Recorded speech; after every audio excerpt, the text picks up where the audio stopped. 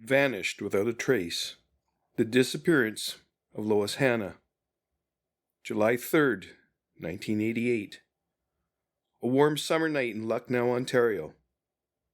The Celebrate in 88 festival was winding down, music echoing through the arena, laughter floating into the air, and old friends sharing one last dance beneath the glow of string lights.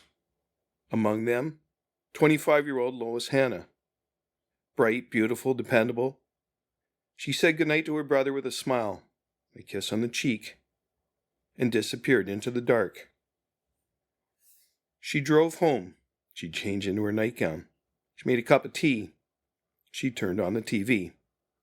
Everything was exactly where it should have been, except Lois. There were no signs of forced entry, no struggle, just a house left in eerie silence. Lights still glowing, tea cooling on the counter, and the television flickering in an empty room. The only clues? A missing robe, 2 drops of blood, and a question that's haunted her family, investigators, and an entire town for nearly 4 decades. What happened to Lois Hanna? From search parties and suspicious sightings, to DNA evidence, unanswered leads, and a man now living quietly in eastern Ontario who once sat at the Hanna family kitchen table. This is a story of a community gripped by fear, a family driven by heartbreak, and a case that refuses to stay cold. I'm Jay Nichol of Nichol Investigations, and this is Ontario Cold Cases, Canada's True Crime Podcast. Today's episode, Vanished Without a Trace. The Disappearance of Lois Hanna. She was never seen again, but someone, somewhere, knows exactly what happened. Stay with us.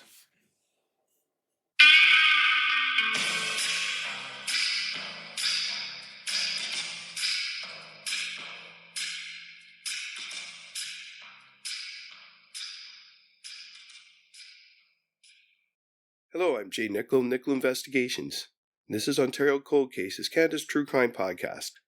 Ontario Cold Cases is a gripping true crime podcast that shines a light on unsolved murders, disappearances, and forgotten crimes from across the province and the world.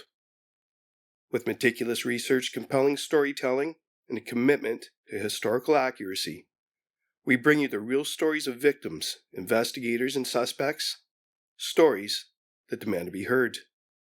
Each week, we take you deep into the world of true crime with a packed schedule of episodes. Tuesdays, historical true crime cases, exploring infamous and obscure crimes from history. Wednesdays, the Mick and Mac Mysteries, a thrilling fictional detective series set in 1950s Toronto. Thursdays, World Cold Case Thursday, investigating unsolved cases from around the globe. Sundays, Ontario Cold Cases, the latest episode uncovering an unsolved mystery from Ontario. From high-profile crimes that shock the nation to little-known cases waiting for justice, we uncover the truth, one case at a time. Join us as we explore the dark corners of history and mystery, where every clue could lead to answers and every case deserves a second look. Subscribe now wherever you listen to your favorite podcasts and never miss an episode of Ontario Cold Cases, Canada's True Crime Podcast.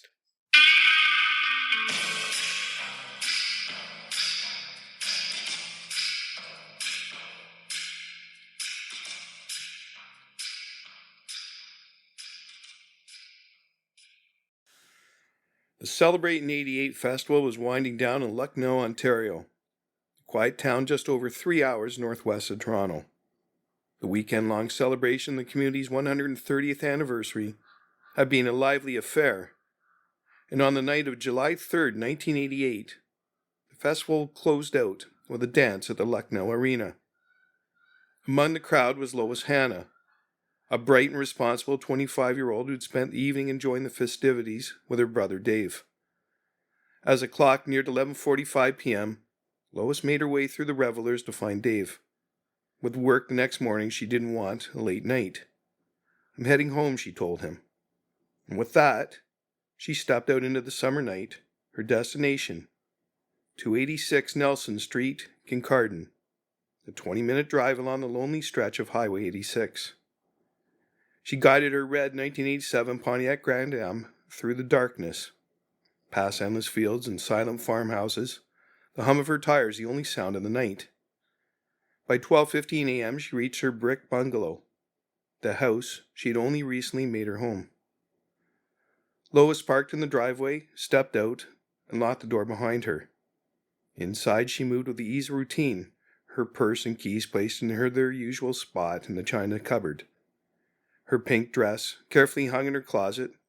She slipped in her peach-colored nightgown and matching housecoat, and flicked on the TV, letting the soft glow of the screen fill the room. A cup of tea in hand, she settled in, her nightly ritual before bed. The warmth of the tea, the low hum of the television, the stillness of the house. Everything felt as it should. Then, sometime after midnight, on July 4th, 1988, everything changed. Something happened. Something unseen, unheard, unknown. The tea half finished. The television still playing. The house eerily untouched. Lois Hanna was never seen again. A life full of light. Born on February 3rd, 1963, in the close-knit farming community of Holyrood, Ontario, Lois Hanna grew up surrounded by family, hard work in the rolling fields of Kincardine's countryside. The only daughter of Olive and Ernest Hanna, she was raised alongside her three brothers, Jim, John, and Dave, on the family farm where she learned the value of resilience and self-sufficiency. But Lois was more than just a farm girl. She had a spark, a radiant confidence that made her stand out. With her natural poise and keen eye for style, fashion was her passion. It was no surprise when she won 2 local beauty pageants, became runner-up at the prestigious Miss C&E competition in Toronto. This love for style carried her to Fanshawe College's Fashion Studies program, where she trained to turn her talent into her career. After graduation, she took a job as a fashion consultant, bringing her warmth and elegance to everyone she met. Lois was especially close to her mother Olive, a bond that deepened even more after the heartbreaking loss of her father Ernest in March 1988. Grief brought mother and daughter even closer. Lois made sure to spend as much time as possible with Olive in the months that followed. By the summer of 1988, Lois was 25, a young woman in her prime, 5'4", 120 pounds, full of life and laughter.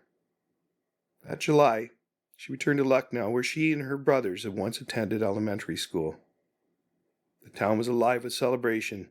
Lucknow's 130th birthday brought everyone home, filling the streets with beer gardens, music, and dancing.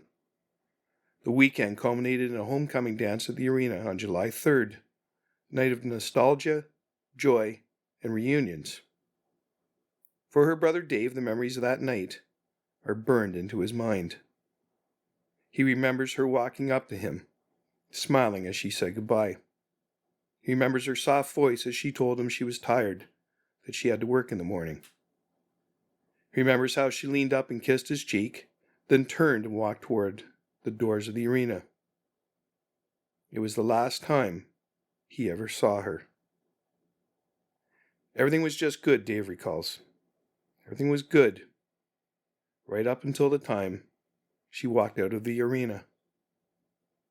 Even now, she appears to him in dreams, always walking toward the door, always stepping out into the night. You're trying to scream at her to stop, to yell, wait. You're trying to warn her.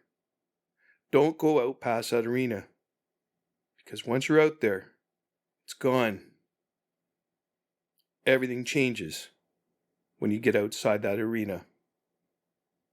Up next, the morning after.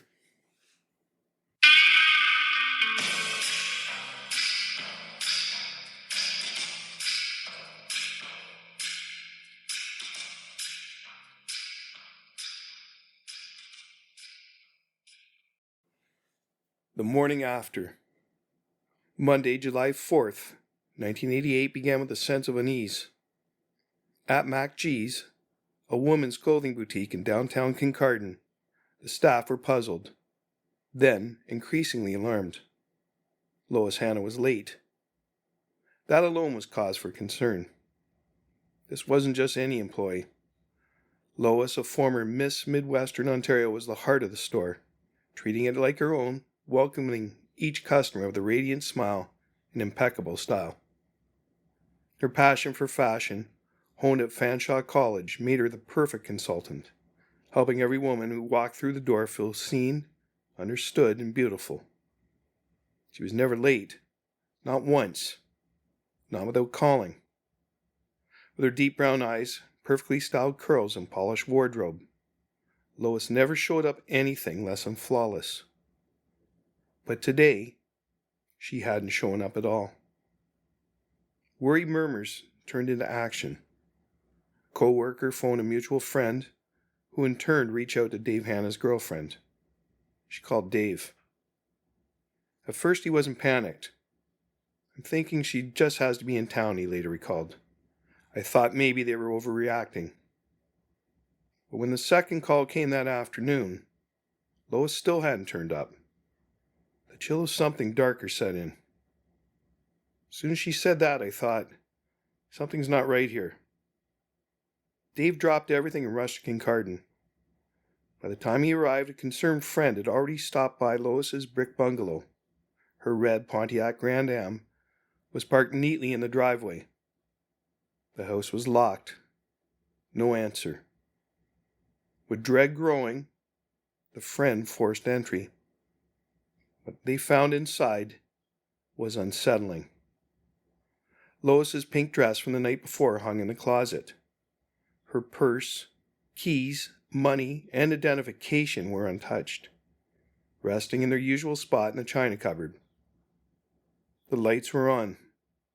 The television was still playing. A half-finished cup of tea sat in the kitchen counter. Her peach nightgown and matching housecoat were missing. But it was something else. A small, silent absence had struck Dave like a gut punch. There was no note. "She'd leave a note if she was running downtown to get a bag of milk," Dave said. "She'd leave a note if she stopped in your house and missed you. When there was no note and she was late for work, we knew instantly there was something wrong." The first officer to arrive dismissed the situation. He believed Lois had simply gone off somewhere, that she'd be back. Dave wasn't buying it. Without hesitation, he rallied friends, family, and neighbors. A grassroots search party surged into action. Dozens of people on foot, ATVs, and motorcycles, canvassing every inch of the surrounding area. They went door to door, combed fields, and searched ravines. Divers were called in. 2 aircraft were launched to search from above. As night fell and darkness cloaked the town, the manager of the local Canadian Tire reopened the store so they could stop up on spotlights. The entire community held its breath. Lois Hanna was missing, and something was terribly, terribly wrong. The search that led nowhere. In the tense days that followed Lois Hanna's disappearance, once cozy brick bungalow transformed into a command post.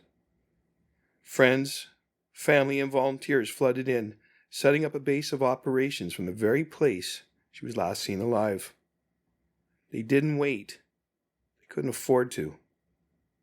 While the Kincardine police seemed slow to act, Lois's loved ones launched their own all-out search, including the extraordinary step of organizing a private dive team that searched the cold, dark waters of Lake Huron.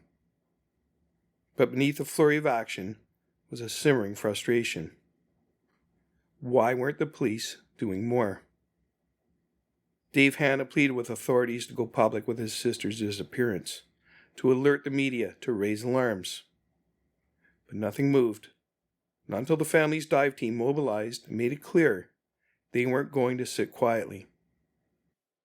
Only then 5 long days after Lois vanished, did the Kincardine police reach out for reinforcements, asking the Ontario Provincial Police to step in. Forensic officers descended on the home, combing through every inch, hunting for something, anything, that could point to what had happened that night. But the house gave up few answers. No signs of forced entry, no evidence of a struggle, just that eerie silence. By the end of the first week, OPP divers plunged in the depths of Kincardine Harbour, searching the murky waters for a trace of Lois. They found nothing. The search didn't stop. For months, authorities pushed forward, expanding their efforts with helicopters, infrared surveillance, dive teams, and hundreds of witness interviews. But the more they searched, the more the mystery deepened. No footprints, no suspects, no final phone call. Despite an exhaustive investigation by land, air, and sea, Lois Hanna had vanished, completely and without a trace. Up next, the investigation. A mystery with no answers.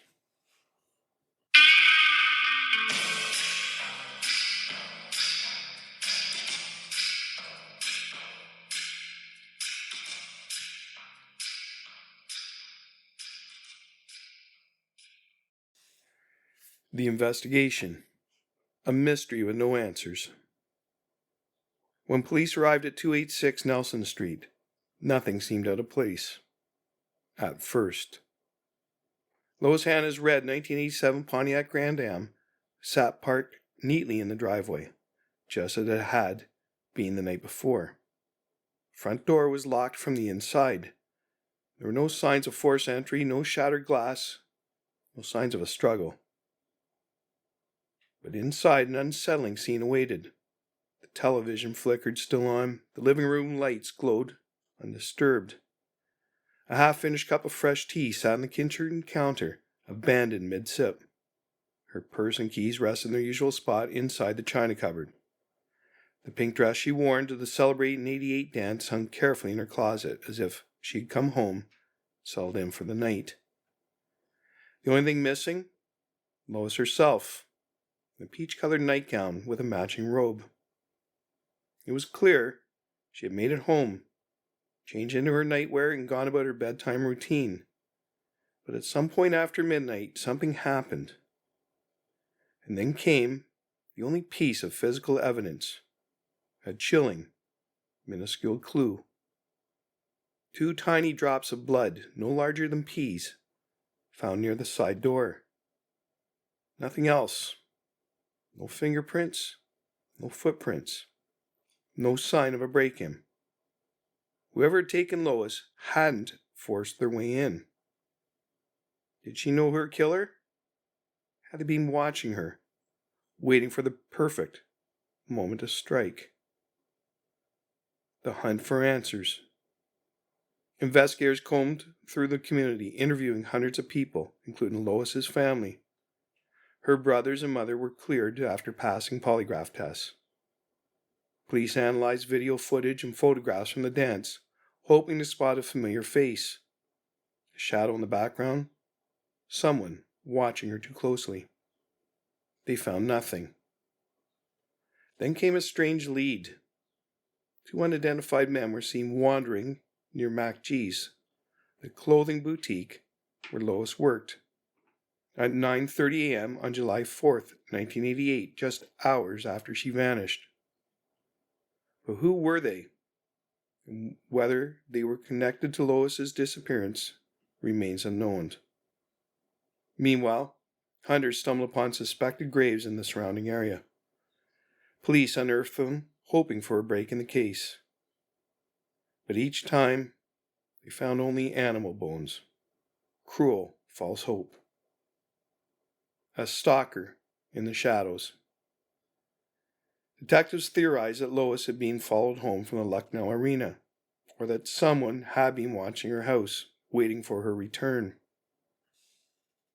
It seemed likely her abductor had been the dance. blending in among the crowd, maybe even someone she knew. They waited, they followed, and when the time was right, they struck. With no sign of her body and no forensic evidence beyond the tiny drops of blood, one thing seemed certain.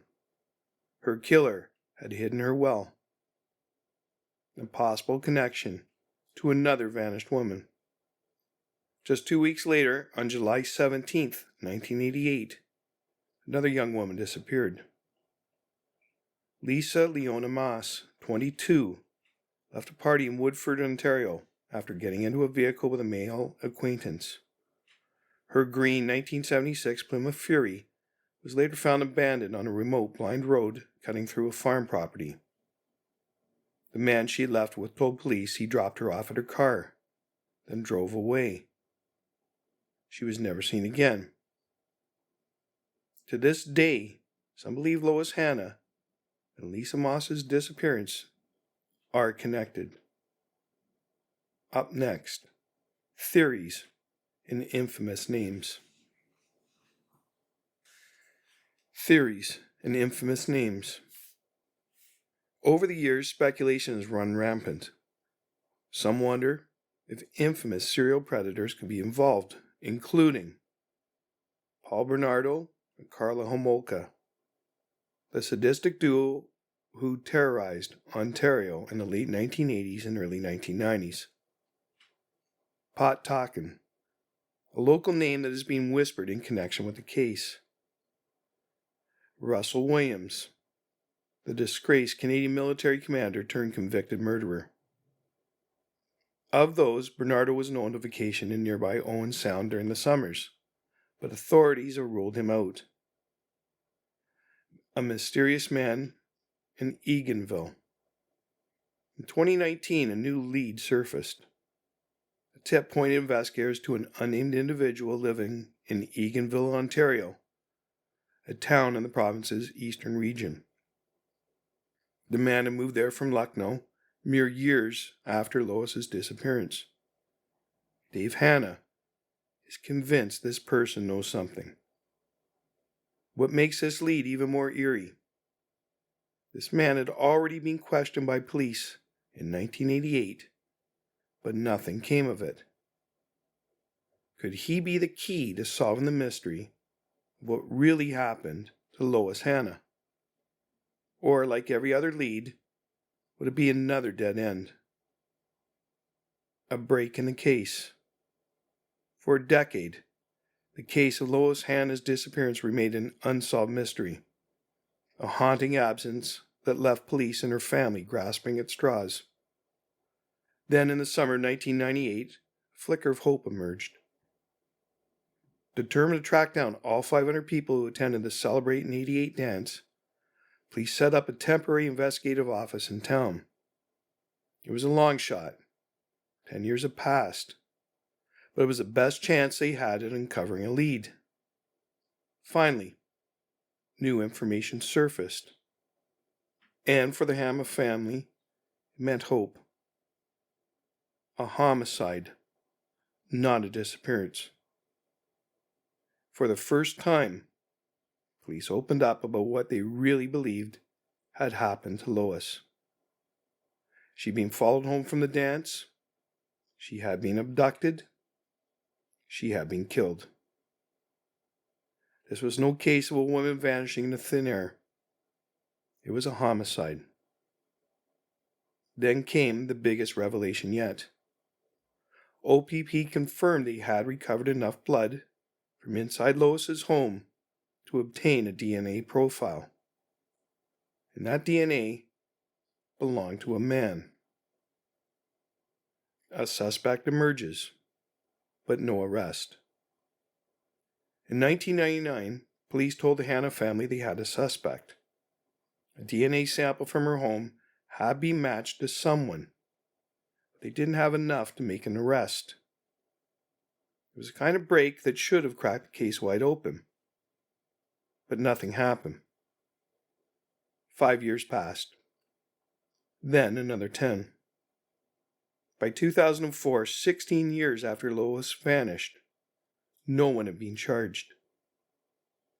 a terrifying eyewitness account.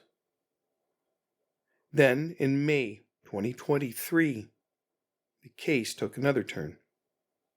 A local man came forward. Again. He had reported his story to police 2 years after Lois disappeared, but claimed they hadn't taken him seriously. What he had seen haunted him for decades. Between 2:00 a.m. and 3:00 a.m. on July 4th, 1988, he saw a woman in a nightgown running along the road between Lucknow and the family farm in Holyrood. She was screaming for help. Not far from this location, at a nearby gravel pit, the man's son found a white bra a year later. Now, all these years later, others had come forward to say they had heard or seen something similar that night, corroborating the chilling sighting. Was this Lois's final desperate attempt to escape? And more importantly, was her killer still out there, hiding in plain sight? Up next, a family running out of patience.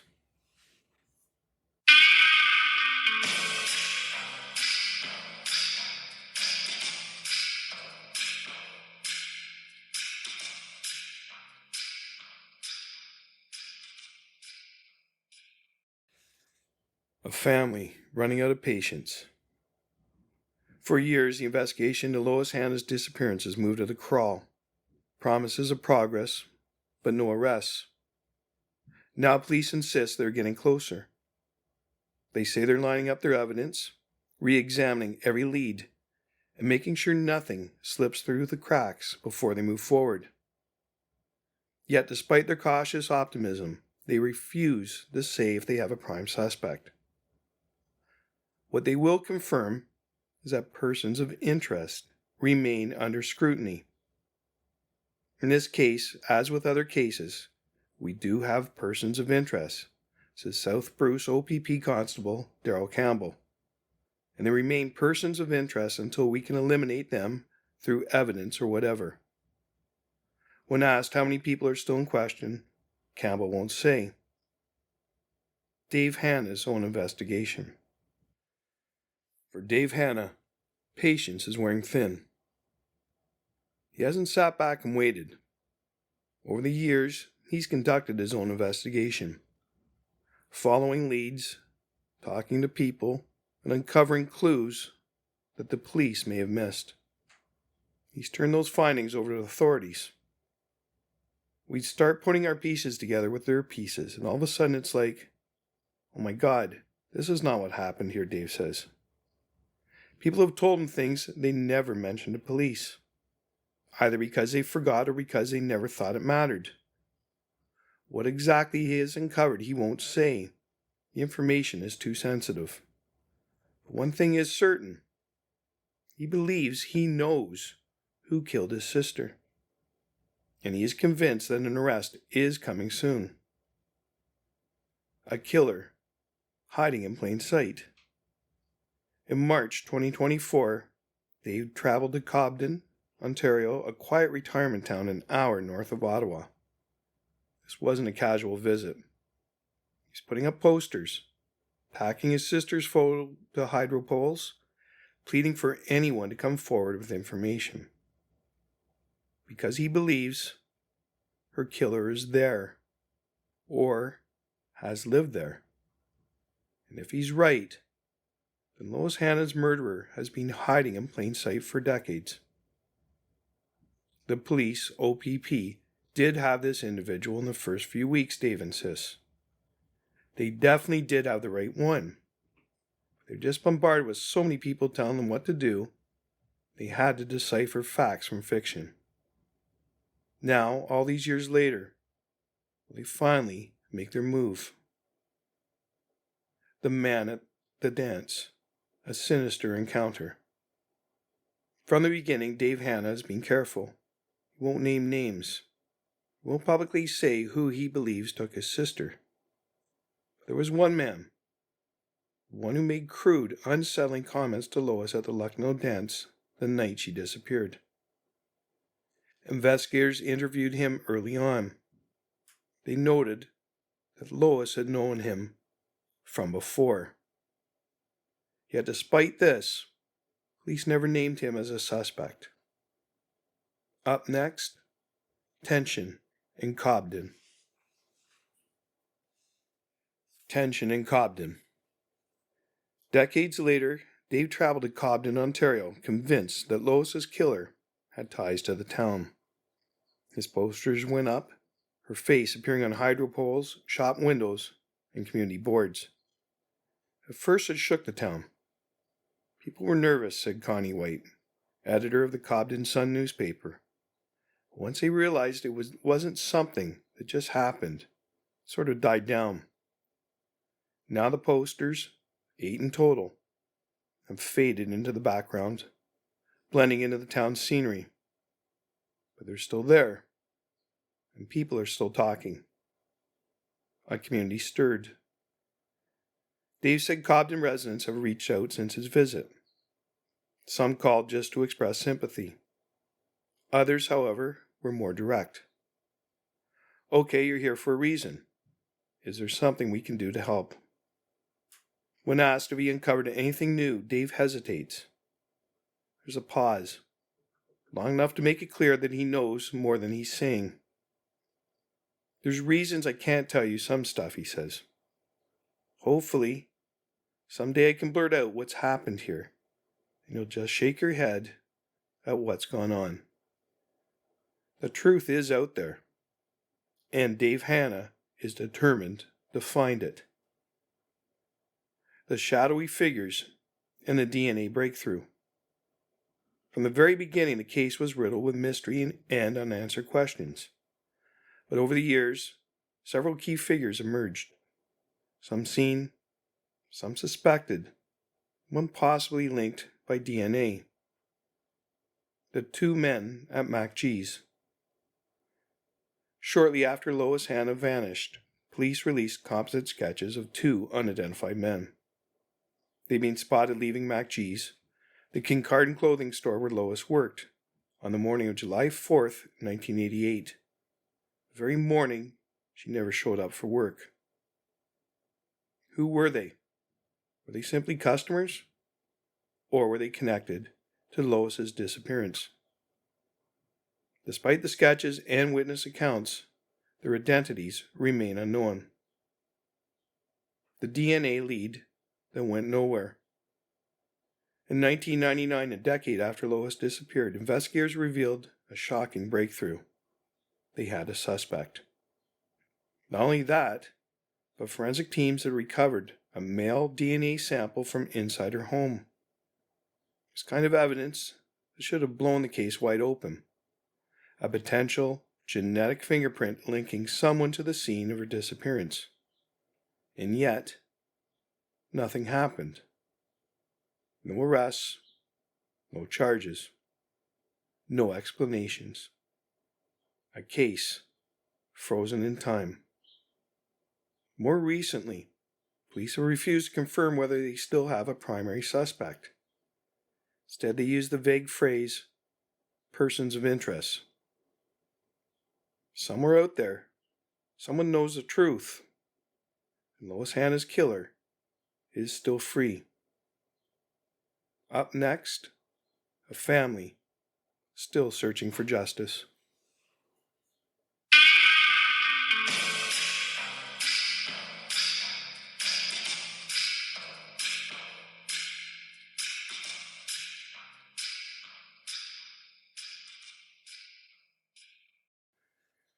A family still searching for justice. Decades have passed, but the mystery of Lois Hanna's disappearance still lingers. So does the pain. For years, tips and leads have surfaced, pointing investigators toward Eganville, Ontario. Someone there, a man who once lived near Lucknow before moving to the Ottawa Valley, may hold the key to solving the case. Among those convinced, Lois's brother, Dave Hanna. And he isn't sugarcoating his words. I know deep in my heart that son of a bitch knows something, or knows someone who's connected to this. It did something to my little sister, Dave told the leader in a phone interview from his home near Lucknow. That man sat at our kitchen table, had meals with my family, and was never someone we suspected. At the time of her disappearance, all of us defended him. The more information that has come to us over the years has convinced me he knows something, and we just want this to end. The open case and a mother's heartbreak. The Ontario Provincial Police still consider Lois Hanna's case open. They are convinced she was murdered, and her body, hidden all these years, is buried somewhere near the town where she grew up. For Lois's mother, the tragedy was unbearable.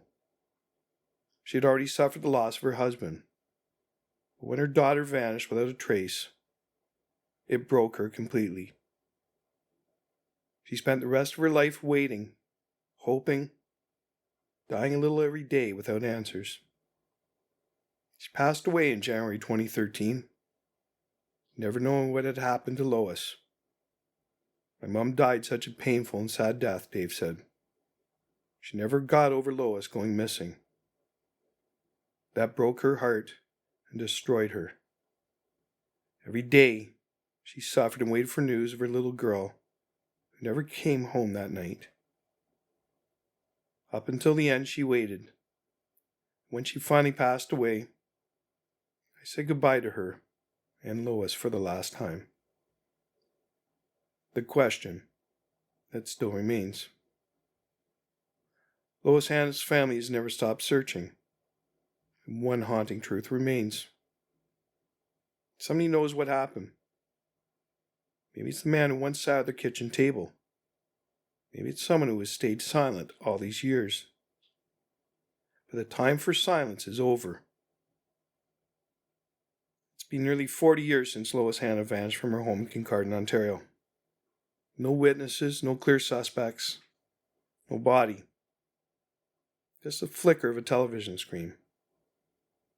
A half-finished cup of tea. And the ache of a family still searching for answers. Somewhere out there, someone knows what happened that night. Someone somewhere is still keeping a secret. If you know something, anything, about the disappearance of Lois Hanna, now is the time to come forward. You can contact the Ontario Provincial Police or reach out to Crime Stoppers anonymously. After nearly 4 decades, even the smallest detail could be the key that finally unlocks this case. And to the person who knows the truth, this family has waited long enough. Thank you. You've been listening to Ontario Cold Cases, Canada's True Crime Podcast, brought to you by Nickel Investigations. If you found this episode compelling, please subscribe and leave a rating or review. It helps others discover these important stories. New episodes are released daily and are available wherever you get your podcasts: Spotify, Apple Podcasts, YouTube, or your favorite platform. And don't forget to follow us on social media for updates, behind-the-scenes content, and ways you can help keep these stories alive. Till next time, I'm Jay Nickel, and this has been Vanished Without a Trace, the disappearance of Lois Hanna. Stay safe, stay curious, and never stop asking questions. Because every case deserves answers, and every victim deserves justice.